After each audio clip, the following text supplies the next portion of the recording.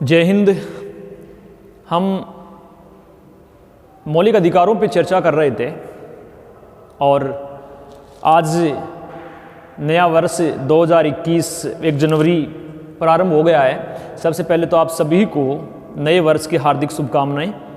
माँ शारदा, माँ सरस्वती आपकी सभी मनोकामनाएं पूरी करें जो आप करना चाहते हैं। 2020 का वर्ष गुजर गया और आज से हम एक नए वर्ष 2021 में यानी एक नई शताब्दी में नए वर्ष में प्रवेश कर रहे हैं। तो आप सभी को उस नव वर्ष की हार्दिक शुभकामनाएं। ईश्वर से प्रार्थना है कि आपकी सभी इच्छाएं, सभी वांछित उद्देश्य आपके पूरे हों।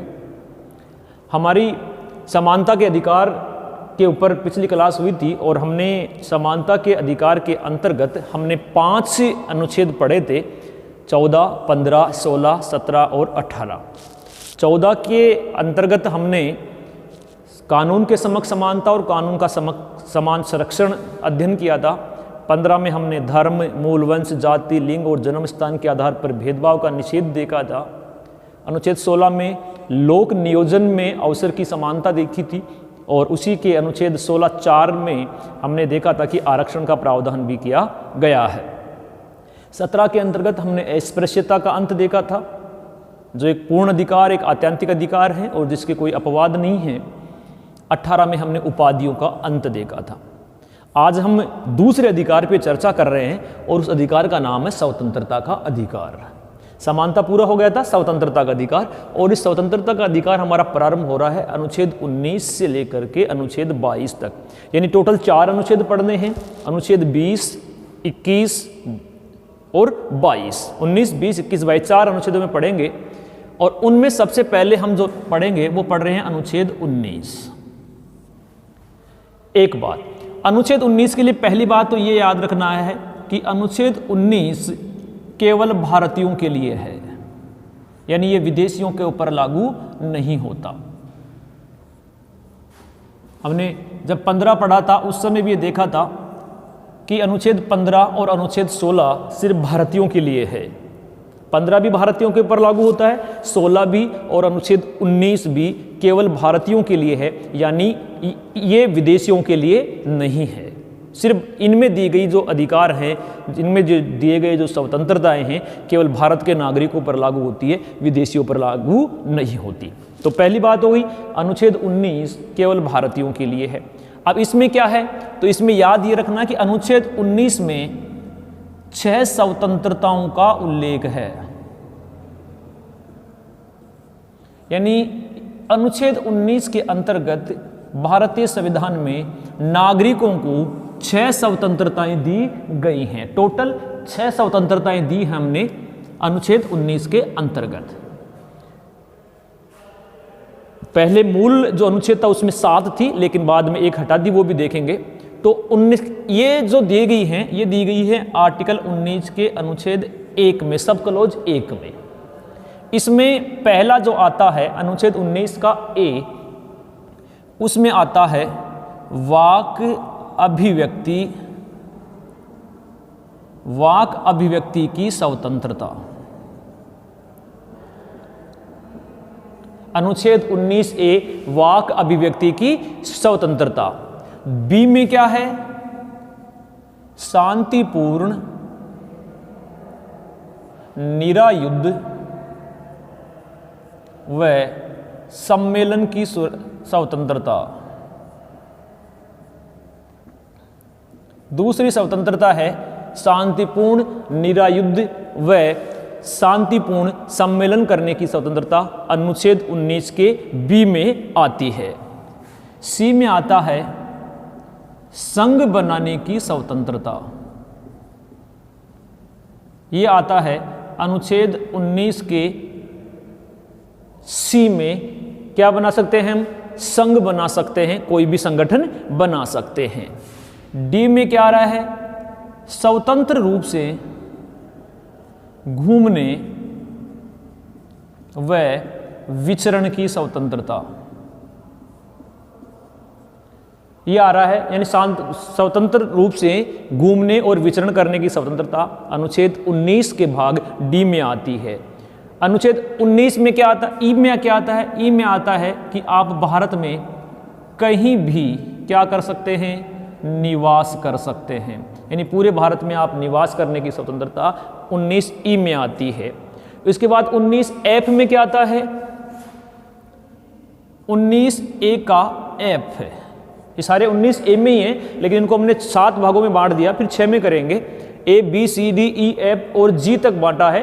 तो आप हमारा जो एफ आ रहा है, उस एफ में आ रहा है संपत्ति की स्वतंत्रता।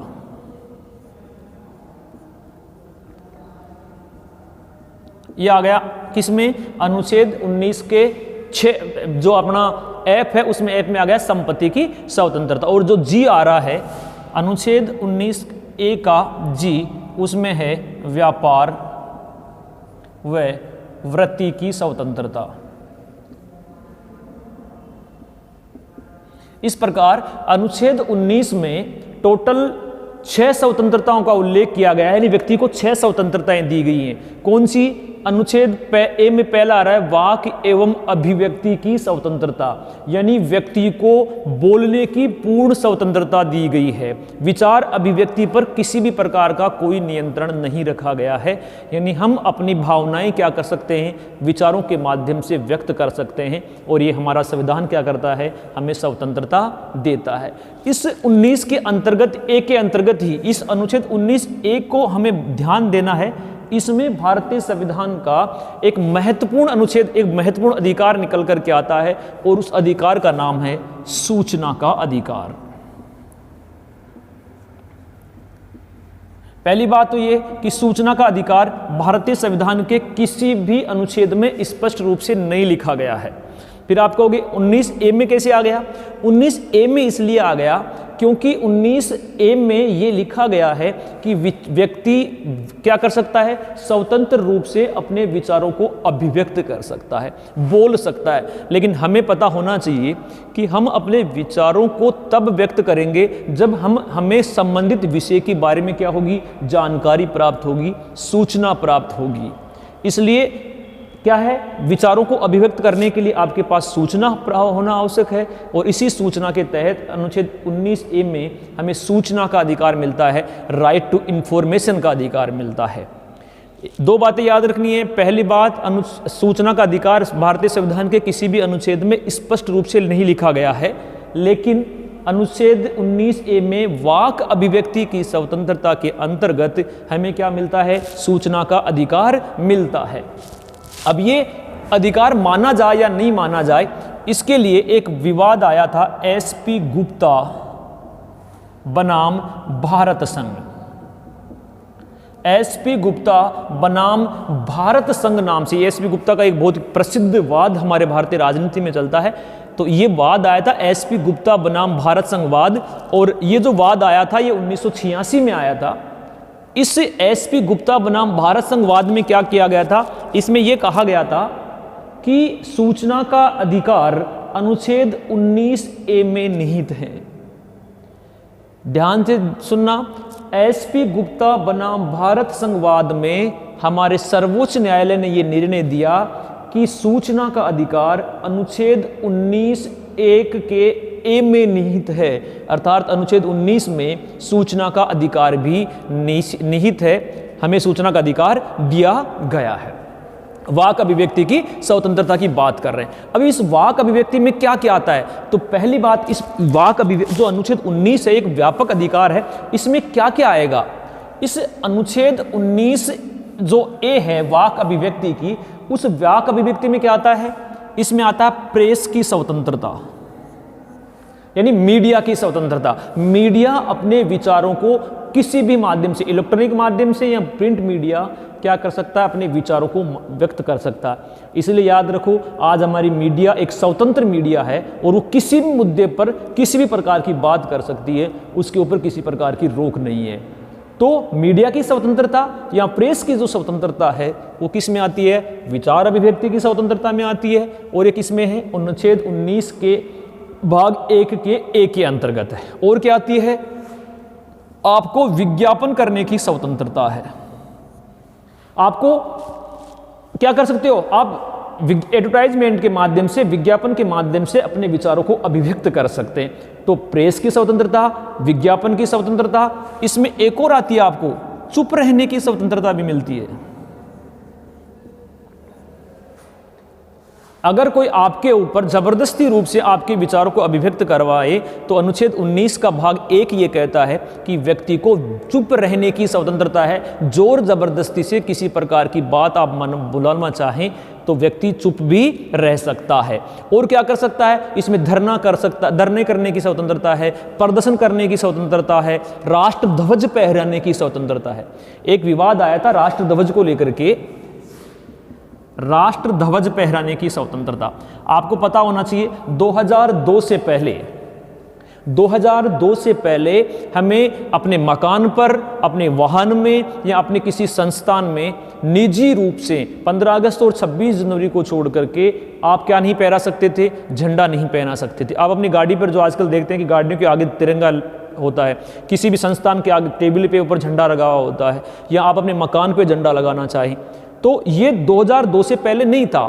फिर एक बहुत बड़े उद्योगपति थे जिनका नाम था नवीन जिंदल, एक उद्योगपति थे नवीन जिंदल, नवीन जिंदलवाद हुआ था, नवीन जिंदल वर्सेज भारत सरकारवाद। इसके अंतर्गत 2002 में हमारे सर्वोच्च न्यायालय ने कहा कि कोई भी व्यक्ति अपने घर पर या अपने निजी संस्थान में या वाहन में तिरंगा रख सकता है, फहरा सकता है। बस उस जो हमारी जो राष्ट्र ध्वज की जो संहिता बनी हुई है उसका आपको क्या करना है, पालन करना है। तो राष्ट्र ध्वज पहनाने भी क्या है, हमारे विचार अभिव्यक्ति की स्वतंत्रता के अंतर्गत ही हमने इसको माना है। तो ये तो हो गया अनुच्छेद 19A। तो अनुच्छेद 19(1) में 1 के भाग A में वाक अभिव्यक्ति की स्वतंत्रता आती है। इसी के अंतर सूचना का अधिकार निहित है। इसी में प्रेस की, विज्ञापन की, चुप रहने की, शांतिपूर्ण प्रदर्शन करने की क्या है, स्वतंत्रताएं हैं। तिरंगा पहनाने की स्वतंत्रताएं भी आम हमें दी गई हैं। तो ये तो आता है किसमें, अनुच्छेद 19(1) में। उसके बाद अनुच्छेद 19(2) शांतिपूर्ण निरायुध व सम्मेलन की स्वतंत्रता। व्यक्ति शांतिपूर्ण तरीके से क्या कर सकता है, सम्मेलन कर सकता है। कहां कर सकता है, कहीं भी कर सकता है, सार्वजनिक स्थान पर भी कर सकता है, निजी स्थान पर भी कर सकता है। लेकिन क्या करना है आपको, जिस स्थान पर आप सम्मेलन कर रहे हो, जहां पर आप लोगों को इकट्ठा कर रहे हो, उसके बारे में क्या करनी है, आपको जानकारी देनी है संबंधित संस्था को। मान लीजिए आप अपने किसी गांव के अंदर क्या करना चाहते हो, सार्वजनिक सभा बुलाना चाहते हो, तो उसके लिए ज़रूरी है कि आप अपनी ग्राम पंचायत से पहले क्या लें, अनुमति लें कि हम क्या करना चाहते हैं, हम सम्मेलन बुलाना चाहते हैं। अनुमति के माध्यम से आप, लेकिन जो आपका सम्मेलन होगा वो शांतिपूर्ण होगा। और निरायुध का मतलब होता है कि आप जो सम्मेलन बुल रहे हो उसमें किसी प्रकार के हथियार लेकर के आप उपस्थित नहीं हो सकते। सुरक्षा की जिम्मेदारी जो आयोजन करता है उस आयोजनकर्ता की होगी।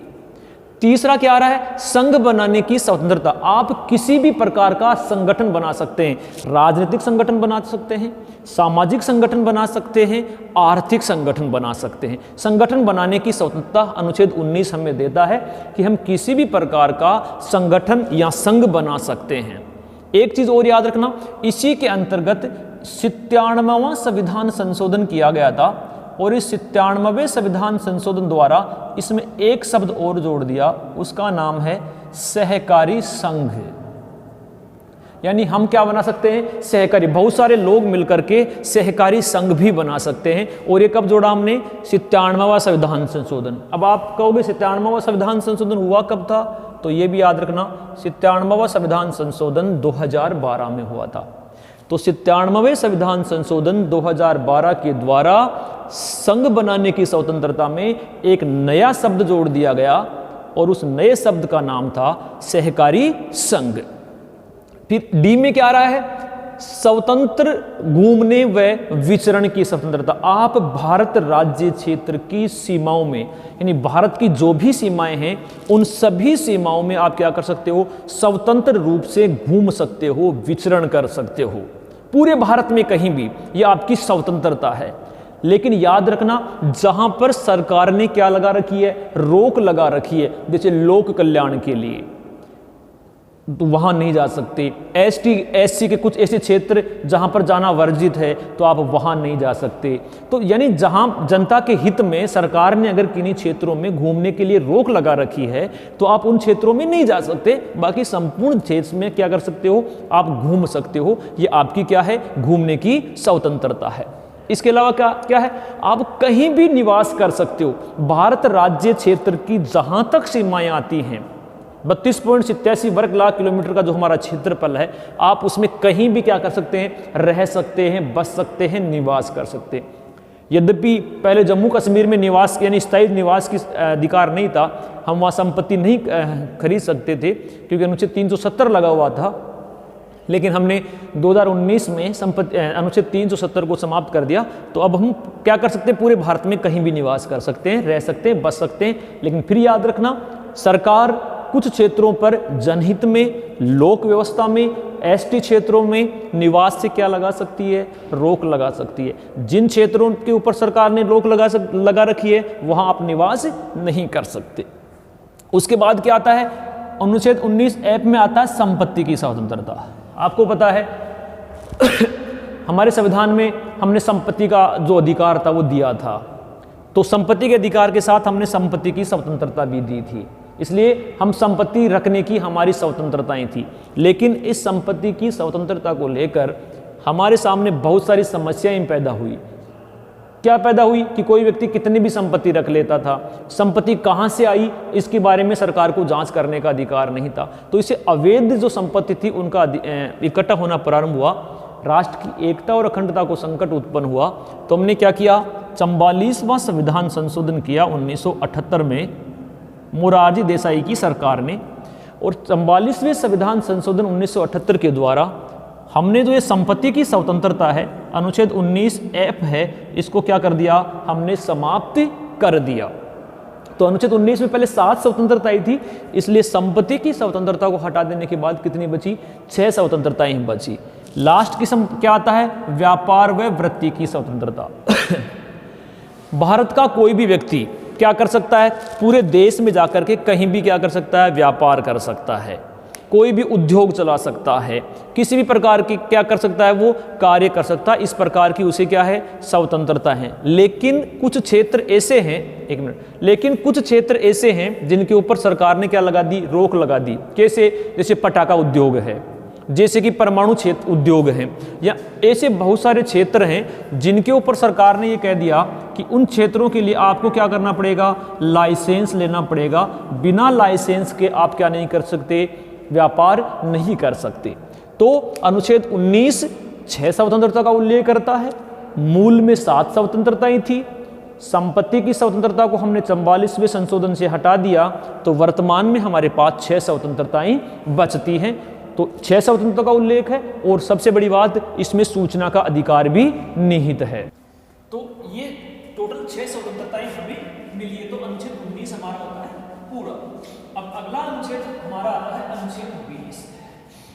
तो अनुच्छेद 20 के लिए पहली बात तो ये याद रखिए कि अनुच्छेद 20 भारतीय नागरिकों और भारतीय नागरिकों के साथ विदेशी नागरिकों दोनों पर समान रूप से लागू होता है, यानी ये केवल भारतीयों के लिए नहीं है। तो अनुच्छेद 20 में क्या है, तो अनुच्छेद भारतीय संविधान का अनुच्छेद 20 ये कहता है कि अपराध के दोष सिद्धि, अपराध के दोष सिद्धि के विषय में संरक्षण, अपराध के दोष सिद्धि के विषय में संरक्षण, ये आता है अनुच्छेद 20 में। ये क्या है, तो पहली बात देखना, यह है राज्य के विरुद्ध, यह है राज्य के विरुद्ध, यानी व्यक्ति के विरुद्ध नहीं है, राज्य के विरुद्ध है। देश हमारी जो भारत सरकार है उसके विरुद्ध है, क्योंकि ये उसके ऊपर कुछ रोक लगाता है, इसके अपराधियों के विषय में लगाती है। और इसमें टोटल 3 बातों का उल्लेख किया गया है। जिस प्रकार अनुच्छेद 19 में 6 बातों का उल्लेख मिलता है, उसी प्रकार अनुच्छेद 20 में हमें 3 बातों का मिलता है। पहला तो क्या आता है, तात्कालिक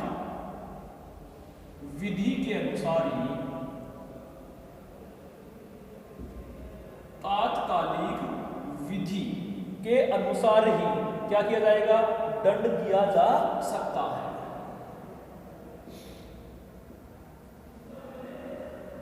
तात्कालिक विधि के अनुसार ही दंड दिया जा सकता है। पहली बात तो इसमें ये आ रही है। दूसरी, एक अपराध के लिए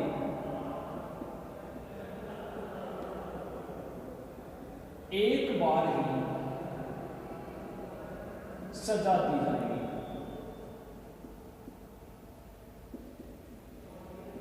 एक अपराध के लिए एक बार ही सजा दी जाएगी। और इसका क्या है, व्यक्ति के, तीसरे में क्या आता है, व्यक्ति को स्वयं के विरुद्ध साक्ष्य देने हेतु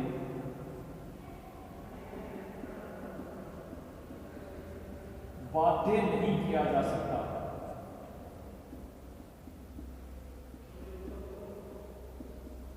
इन तीन बातों का उल्लेख हमें अनुच्छेद 20 में मिलता है। यानी अनुच्छेद 20 में हमें तीन ही बातें देखने को मिल रही है। पहला तो क्या, तात्कालिक विधि के अनुसार ही, अगर हम अनुच्छेद कोड देख रहे हैं, 20(1) में है, ये 20(2) में है, और ये अनुच्छेद 20 के सत्रोज 3 में है।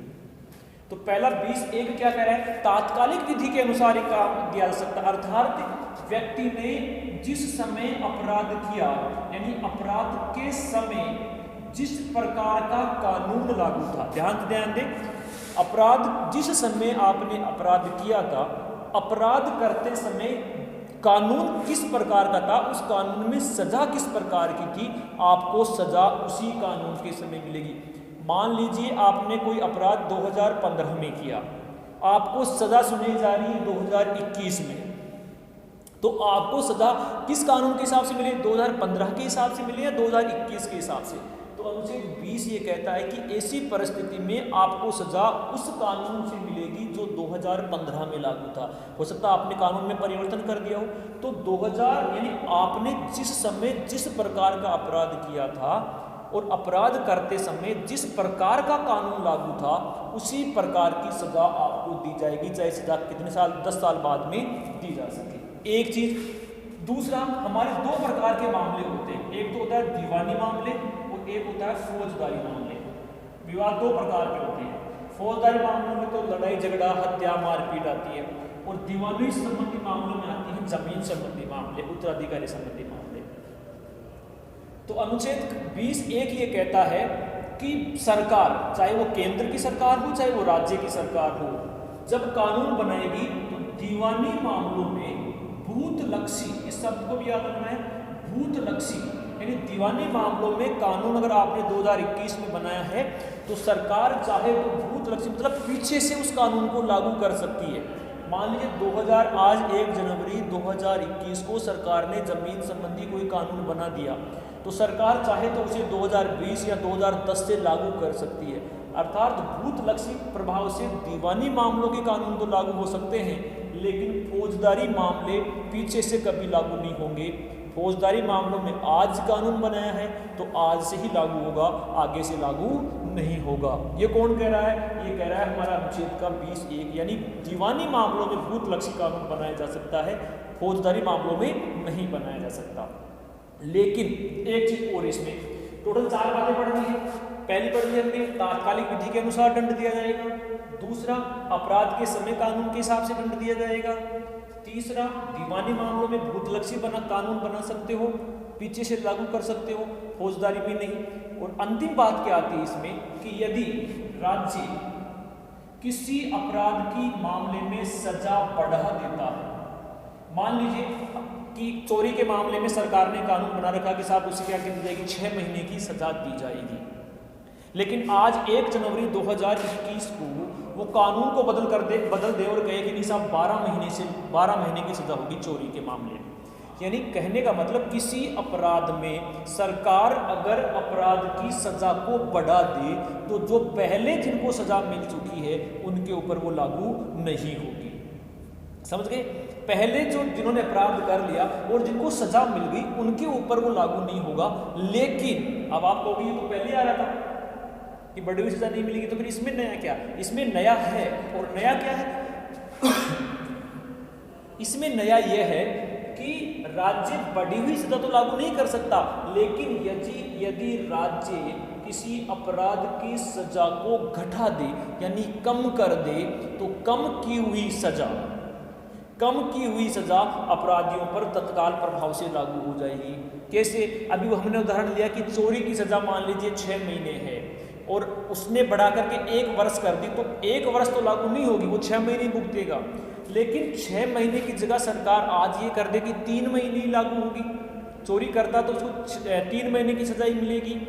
तो इसका मतलब ये हुआ कि अब जिस व्यक्ति ने 3 महीने की सजा पूरी कर ली है उसको रिहा कर दिया जाएगा, यानी उसकी सजा 3 महीने ही रहेगी। तो बढ़ी हुई सजा तो लागू नहीं होगी, लेकिन यदि अगर सजा घट गई है तो घटी हुई जो सजा है वो क्या होगी? तत्काल प्रभाव से नागरिकों को या अपराधियों पर लागू हो जाएगी। ये तो है एक भाग। दूसरा है, एक अपराध के लिए एक बार ही सजा दी जाएगी। आप लोग एक अपराध में तो एक बार ही दी जाती है? नहीं, एक उदाहरण के माध्यम से समझना है। एक उदाहरण बता रहा हूं राजीव गांधी का। भारत के प्रधानमंत्री राजीव गांधी की हत्या कर दी गई 1991 में लिट्टे समर्थित आतंकियों के द्वारा। उनकी हत्या करने के बाद में क्या हुआ?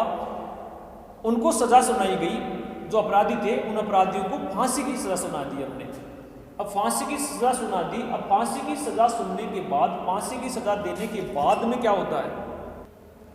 तो हमने तात्कालिक विधि के अनुसार दंड दिया जा सकता है, एक बात। दूसरा, इसमें क्या पढ़ा? इसी के अंतर्गत हमने पढ़ा कि अपराध के समय लागू कानून के हिसाब से ही सजा दी जाएगी, पीछे के हिसाब से सजा नहीं दी जाएगी। तीसरी बात हमने इसके अंदर क्या पढ़ी? इसके अंदर पढ़ी कि कोई भी अगर जब दीवानी मामला है तो उसकी सजा पीछे से लागू की जा सकती है, फौजदारी मामलों में सजा पीछे से दी नहीं जा सकती। इसके अलावा क्या? यदि राज्य किसी अपराधी की सजा को बढ़ा देता है तो बढ़ी हुई सजा राज्य जनता पर लागू नहीं होगी, अपराधियों पर लागू नहीं होगी। लेकिन यदि सजा घटा दी है तो घटी हुई सजा अपराधियों पर लागू होगी। फिर एक अपराध के लिए एक बार ही सजा दी जाएगी, 2 बार नहीं दी जाएगी। अर्थात किसी ने कोई अपराध कर दिया तो एक बार सजा, मान लीजिए आपको क्या कर दी, आपने अपराध किया, आपको अपराध के समय क्या कर लिया? गिरफ्तार कर लिया। गिरफ्तार करके आपको 12 महीने के लिए जेल में रख दिया, उसके बाद आप जमानत पर बाहर आ गए। उसके बाद 2 साल या 4 साल या 5 वर्ष के बाद में आपको 5 साल की सजा सुना दी। अब 5 साल की जो सजा सुना दी आपको, तो उसमें क्या हुआ? आपको 5 साल की सजा अब नहीं भुगतनी है, आपने 1 साल की सजा पहले ही क्या कर ली? जेल काट ली है। वो 1 साल की सजा भी अब आपकी 5 वर्ष की सजा में काउंट होगी। अर्थात अब आपको 4 वर्ष ही जेल में रहना है। एक बात, इसी का मैं एक उदाहरण बता रहा था अभी आपको कि राजीव गांधी की हत्या कर दी 1991 में। हत्या करने के बाद में क्या कर दिया? उनको फांसी की सजा सुना दी। उनकी फांसी की जो सजा थी, जो नलिनी नाम की महिला थी, उनको फांसी की सजा सुनाई। लिट्टे नामक आतंकी थे, उन्होंने हत्या की। तो जब मामला गया तो उनको फांसी की सजा सुना दी। अब उस फांसी की सजा के विरुद्ध उन्होंने क्या कर दिया? राष्ट्रपति के पास दया याचिका लगा दी कि हमें क्या कर दिया जाए? माफ किया जाए राष्ट्रपति के पास। राष्ट्रपति ने उस मामले पर लगातार 15 वर्ष तक कोई निर्णय नहीं किया। यानी 15 वर्ष तक दया याचिका राष्ट्रपति के पास पड़ी रही, कोई निर्णय उन्होंने नहीं किया। उसके बाद प्रणब मुखर्जी भारत के राष्ट्रपति बने और प्रणब मुखर्जी जैसे ही 2012 में राष्ट्रपति बने, उन्होंने क्या कर दिया? उस दया याचिका को खारिज कर दिया कि इसको फांसी दी जाएगी। तो उस महिला के वकील ने सुप्रीम कोर्ट में एक याचिका दायर की कि हमें क्या कर दी? हमने जो हमें अपराध किया था उसकी अपराध की सजा भुगत ली है, आपने फांसी की सजा दी। मेरे जो अपराधी हैं उन रोज क्या कर रही है? घुट घुट करके मर रही है कि कब फांसी दे दी जाए, कब फांसी दे दी जाए। 15 साल तक आपने कोई निर्णय नहीं किया। तो मेरी जो मुवक्किल है, मेरी जो अपराधी है, जो आप है राजीव गांधी के हत्यारी, उनको क्या हो गया? जीने की इच्छा हो गई, जीने की क्या है? जीवन जीने की इच्छा जागृत हो गई। इसलिए आप क्या नहीं कर सकते? अब उसे नहीं मार सकते। क्यों नहीं मार सकते? राजीव गांधी की हत्या 1991 में हो रही है, आप उनको सजा क्या कर रहे हो? आप उनकी दया याचिका 2012 में खारिज कर रहे हो। यानी 20 साल बाद आप दया याचिका खारिज कर रहे हो। इसका सीधा सा मतलब यह है कि आपने उसे अपराध से ज्यादा सजा दी है। तो यहां यह कहा जा रहा है कि एक अपराध के लिए सजा कितनी दी जाएगी? आपको 1 ही सजा दी जाएगी। फिर आ रहा है व्यक्ति को स्वयं के विरुद्ध साक्ष्य देने हेतु बाध्य नहीं किया जा सकता। अर्थात साक्ष्य का मतलब यह है कि व्यक्ति को खुद के विरुद्ध गवाही देने के लिए आप बाध्य जोर जबरदस्ती नहीं कर सकते। इसको हम कहते हैं स्व अभिशंसन हेतु बाध्य नहीं किया जा सकता। अर्थात खुद के विरुद्ध गवाही देने के लिए आप क्या नहीं कर सकते, व्यक्ति को बाध्य नहीं कर सकते। मान लीजिए मैंने कोई अपराध कर लिया, पुलिस मुझे गिरफ्तार करती है। अब गिरफ्तार करके पुलिस क्या करती है, मुझे मेरे ही खिलाफ क्या करती है, गवाह के रूप में पेश करती है। मैं स्वीकार नहीं करूंगा, मैं इससे तो बाध्य नहीं है। इसलिए आपको पता होना चाहिए कि जब किसी अपराधी को पुलिस पकड़ती है और अपराधी को पकड़ करके पुलिस उनको जब रिमांड लेती है, उनके साथ मारपीट करती है, उस समय अपराधी क्या करता है, अपनी बात को कबूल कर लेता है। कई बार क्या होते हैं, बिना अपराध के ही व्यक्ति डर के मारे क्या कर लेते हैं, कबूल कर लेते हैं। इसीलिए पुलिस के रिमांड अवधि के दौरान व्यक्ति ने जो बात कही है वो कोर्ट में मान्य नहीं है, कोर्ट उसको स्वीकार नहीं करता। क्यों? क्योंकि आपने जोर जबरदस्ती से डरा धमका करके मारपीट करके क्या कर लिए, उसे बात उगलवाई है, उसे स्वीकार करवाई है। इसलिए अदालत में दी गई गवाही या मजिस्ट्रेट के सामने दी गई गवाही क्या होती है, मान्य होती है। तो यहां क्या होता है कि आपको खुद के विरुद्ध गवाही देने हेतु बाध्य नहीं किया जा सकता। एक बात क्या कर सकती है, लेकिन याद रखना पुलिस क्या कर सकती है या न्यायालय क्या कर सकता है, आपने कोई अपराध किया है तो आपका क्या कर सकती है, आपके हस्ताक्षर ले सकती है। कि आपने जाली हस्ताक्षर तो नहीं किए, तो आपके हस्ताक्षर ले सकती है, एक बात। दूसरा, आपके अंगूठे का निशान ले सकती है, थंब इंप्रेशन ले सकती है कि आपने कहीं अपराध नहीं किया। तो ये आपके विरुद्ध गवाही नहीं है, ये तो अपराध की प्रमाणिकता को पुष्टि करते हैं। इसलिए पुलिस अपराध को प्रमाणित करने के लिए आपके हस्ताक्षर ले सकती है, आपके अंगूठे के निशानी ले सकती है, आपके खून का नमूना ले सकती है। आप मना नहीं करोगे। मान लीजिए आपने किसी की हत्या कर दी, आपके ऊपर पुलिस को शक हुआ, पुलिस आपके खून का नमूना ले सकता, हो सकता आपने छीना झपटी के दौरान आपके नाखूनों में या किसी प्रकार के खून में लग गए हों, तो खून का नमूना, अंगूठे का नमूना लेना या हस्ताक्षर करना आपके विरुद्ध साक्ष्य नहीं है, आप इसे इनकार नहीं कर सकते। दूसरा क्या करना है, इसी के अंदर एक मामला आया था सेल्वी बनाम कर्नाटक राज्यवाद। सेल्वी बनाम कर्नाटक राज्य, एक महिला थी जिसका नाम था सेल्वी बनाम कर्नाटक राज्यवाद, और ये वाद आया था 2010 में।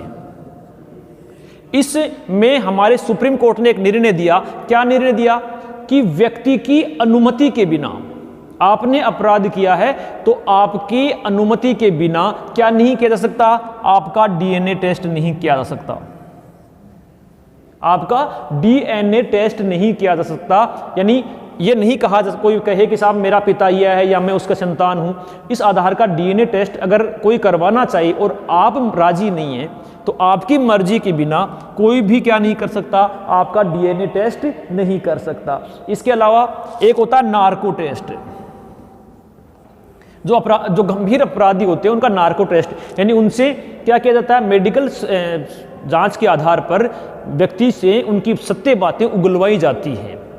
तो अगर कोई व्यक्ति नार्को टेस्ट नहीं करवाना चाहता तो क्या नहीं कर सकती, पुलिस और न्यायालय जबरदस्ती उस व्यक्ति का नार्को टेस्ट नहीं करवा सकती। इसके अलावा कोई किसी व्यक्ति का ब्रेन मैपिंग नहीं कर सकता। टीवी में और फिल्मों में आपने देखा होगा कि कई बार व्यक्ति को क्या करते हैं, उसके दिमाग को शांत करके उनके पीछे की बातों में ले जा करके उससे पीछे की सारी घटनाओं की जानकारी प्राप्त करवाई जाती है।